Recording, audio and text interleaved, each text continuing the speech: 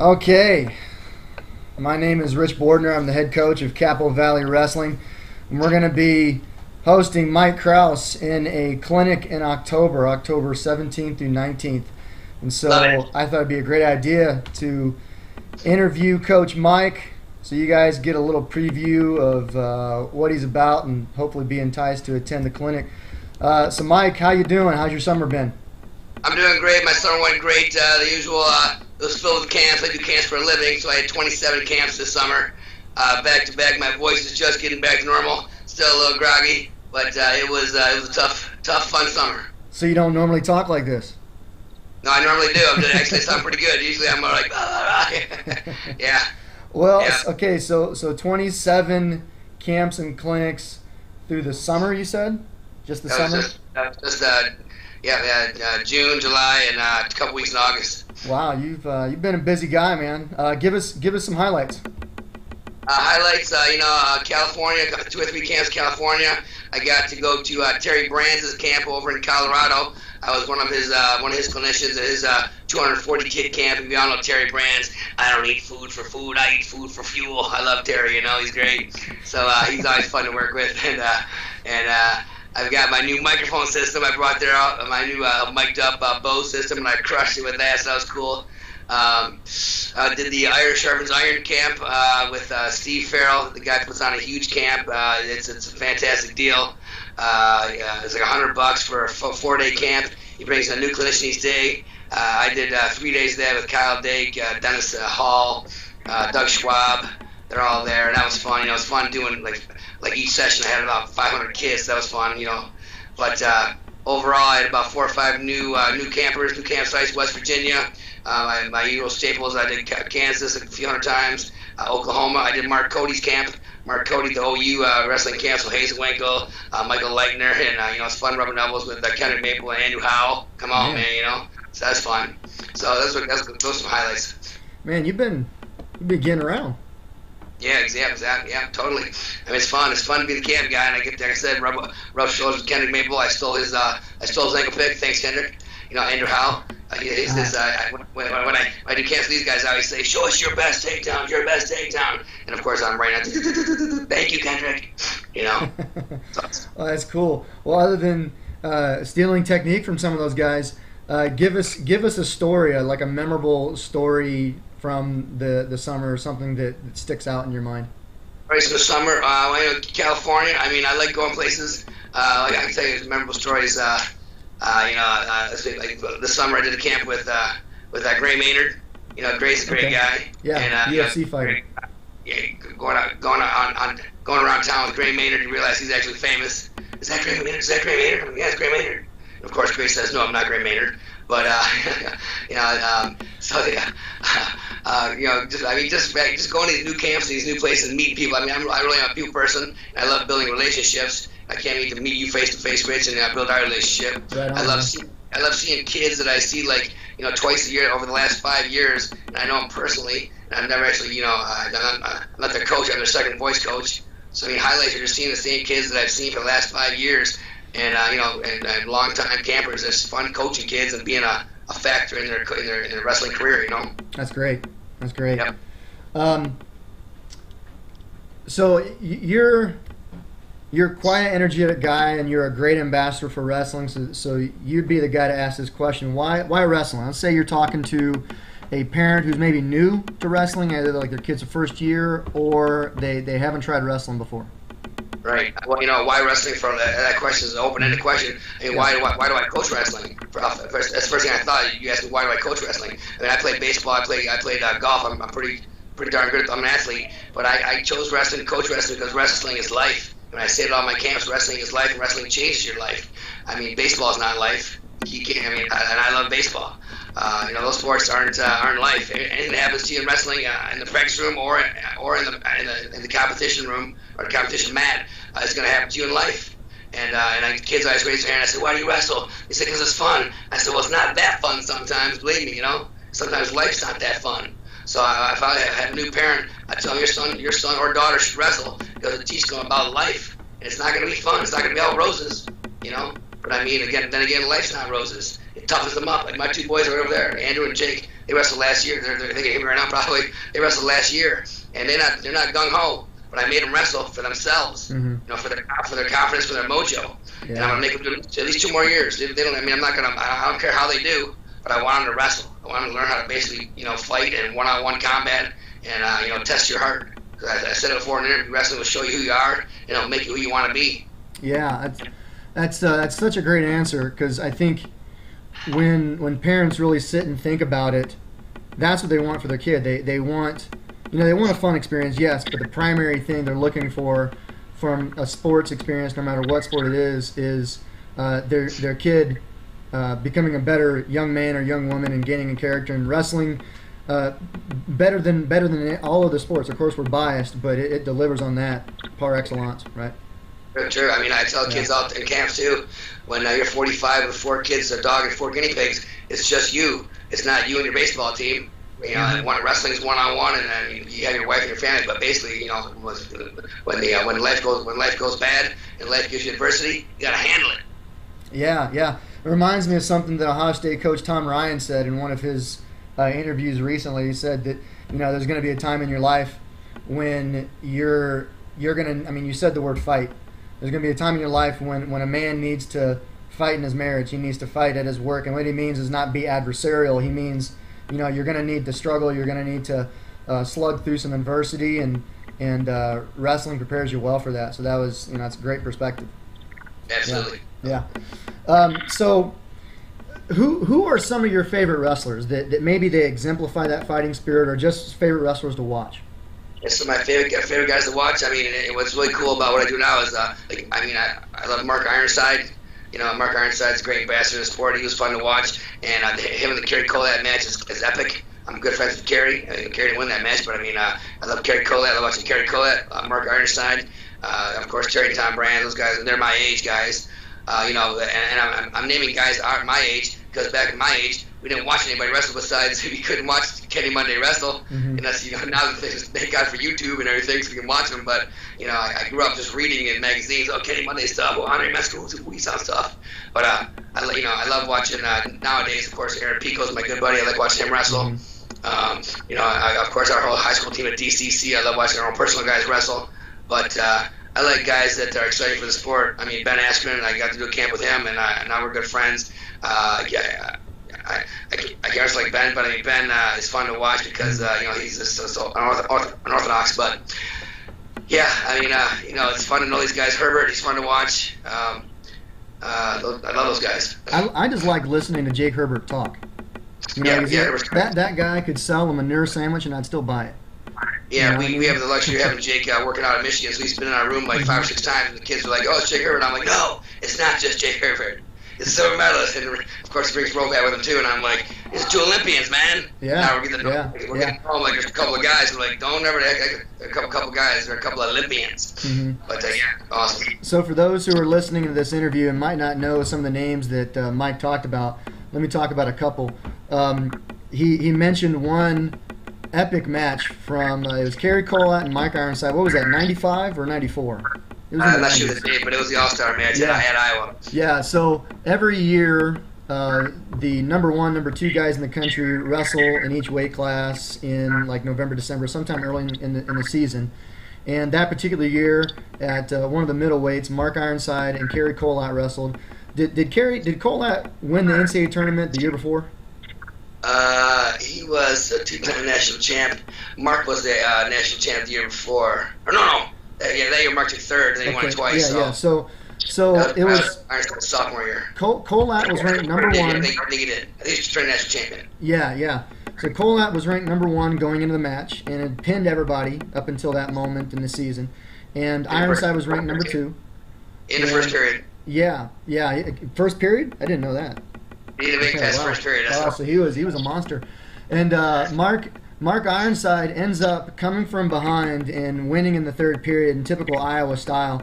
He gets behind 6-2, so Kerry Colette is pretty much handling things in the score first couple periods, but then Ironside just chips away and wears Kerry Colette out, and about the last 45 seconds or so just just comes out of there like a barrel of monkeys and takes the match. And it was you can watch it on YouTube. If you get on YouTube, you can type in Kerry Colat with a K and Mark Ironside. That's one of the first matches that'll pop up, and you see it.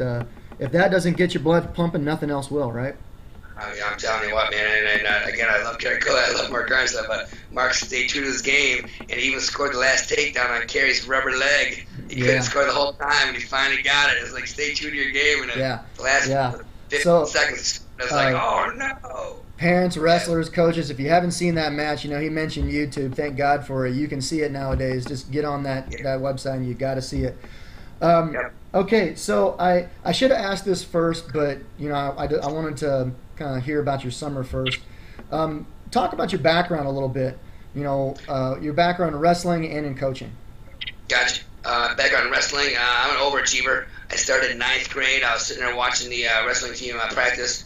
I was going to a National Honor Society meeting, so I'm a pretty smart guy too. And I was going to watch the practice. The coach said, "Hey, what are you doing?" I said, "I'm just watching." He goes, "Get in here and wrestle." I was like, he called me out. So I was like, at that moment, I'm like, all right. So I went in there and got my butt kicked. And the thing that I'm really proud of myself is I went home that night and, anybody who's average would have just said, I'm not going back there again, But something, I'm like I'll say this, I'm like a coaching dream. I'm a go-getter. So I was just like, Mom, I need a pair of shoes. So I started wrestling in 9th grade. I was the first all-state kid in the history of my high school. We had no tradition. Wow. Again, I overachieved. I was the guy that went for it. Walked down to Michigan State, earned a tuition scholarship, led it all 4 years, wrestled, 6 or 7 national champs.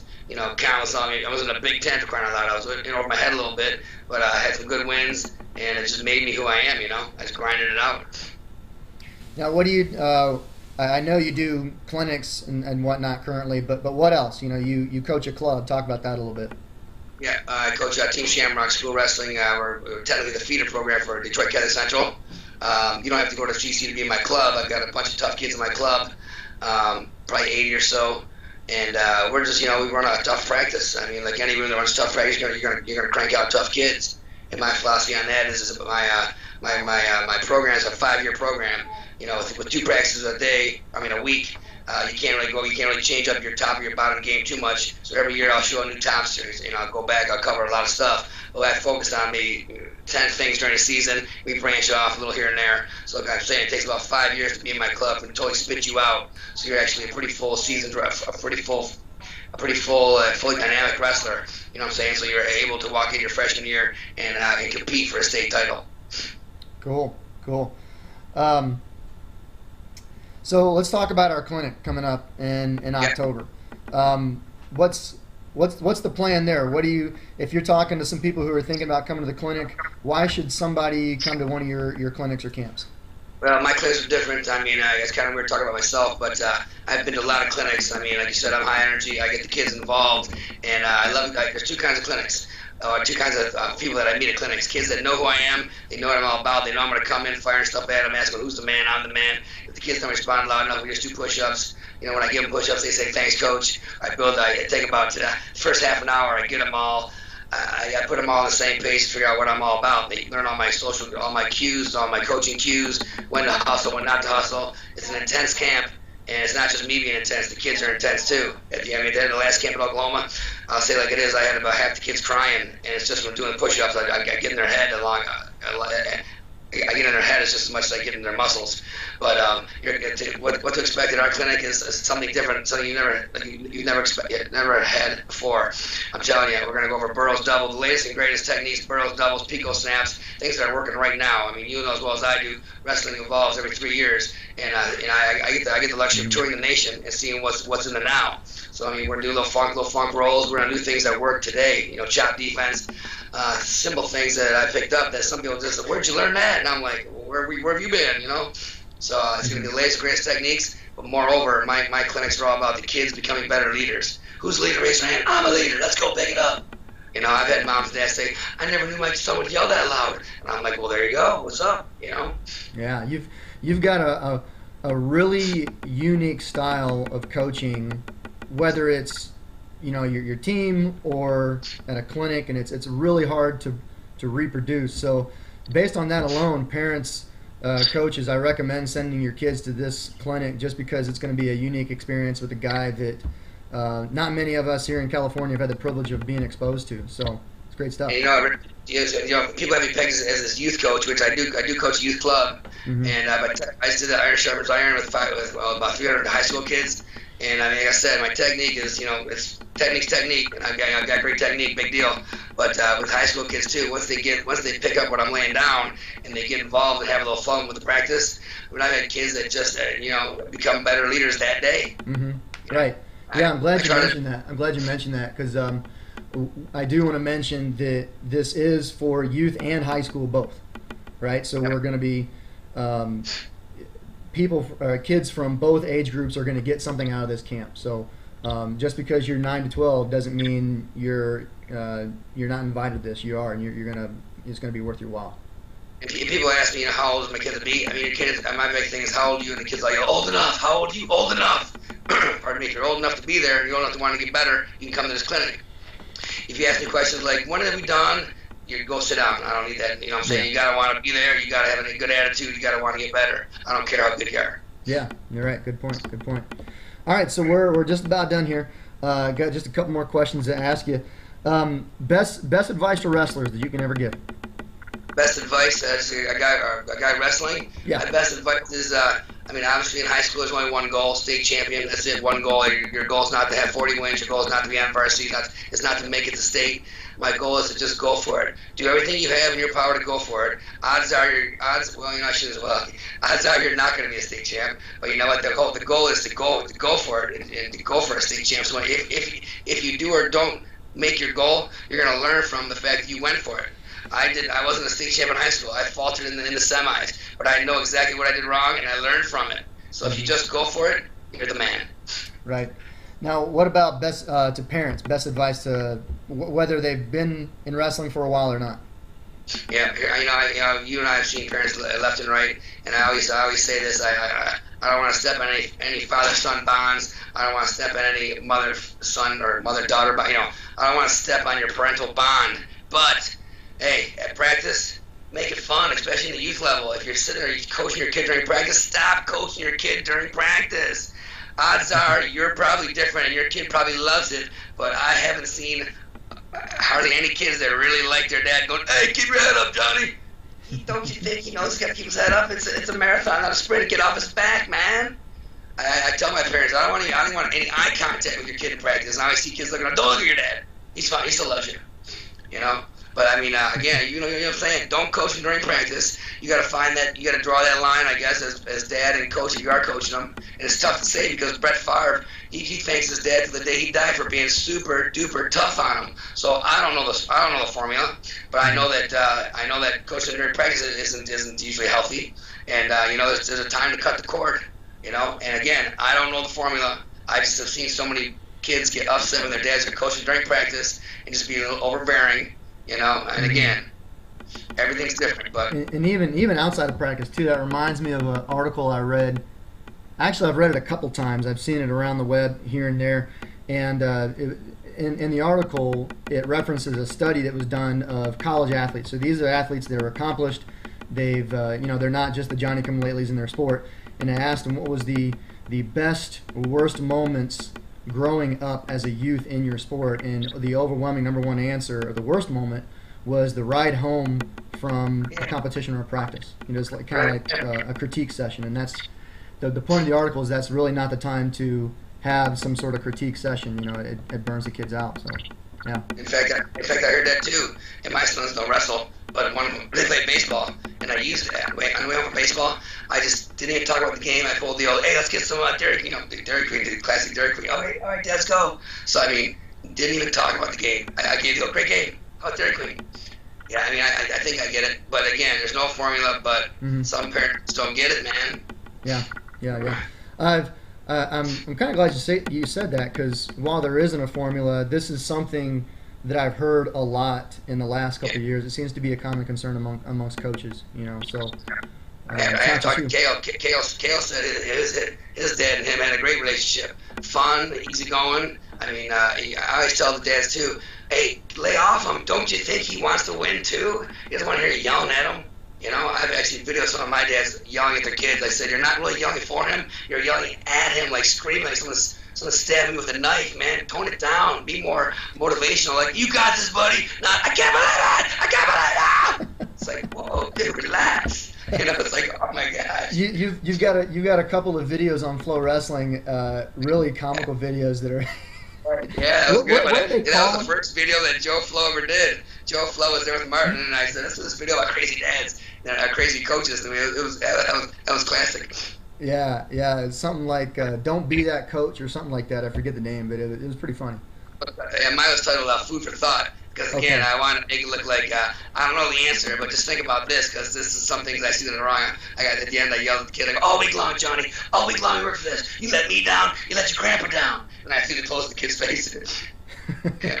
Yeah, and you know that's good advice for coaches as well, because I mean it's more of our job to get on the kid's tail, but we got to strike that balance as well, and as far as like, you know, encouragement with critique too. So we really do have to watch how we relate to kids, especially, you know, in this day and age. Yeah, good word.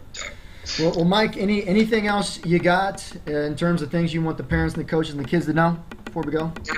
I'm fired to come out there, guys. We're going to do a coaching clinic too, and my coaching clinic is simple. I just run like a half-hour practice with a little technique session and whatnot, and I kind of show you the way I run a room and the rules that I use in a room, and I have a little follow-along ditto where you just fill in the blanks. So as I'm babbling, you can just fill in the blanks. It's kind of, you know, you pick up one or two things, maybe they work for you. Yeah, so. Great. Yeah, so that thanks for bringing that up, because it's not just coaching the kids. We do have a Q&A for coaches and parents who have kids there. So it's something for everybody, something for the kids, something for the coaches, something for the parents. It is October 17th and 19th at Capo Valley High School in Mission Viejo, California. Mike, we are really looking forward to having you. I'm stoked to meet you in person. So, hey man, thanks Rich, thanks a lot. We'll see you in October, brother. Take care. See you.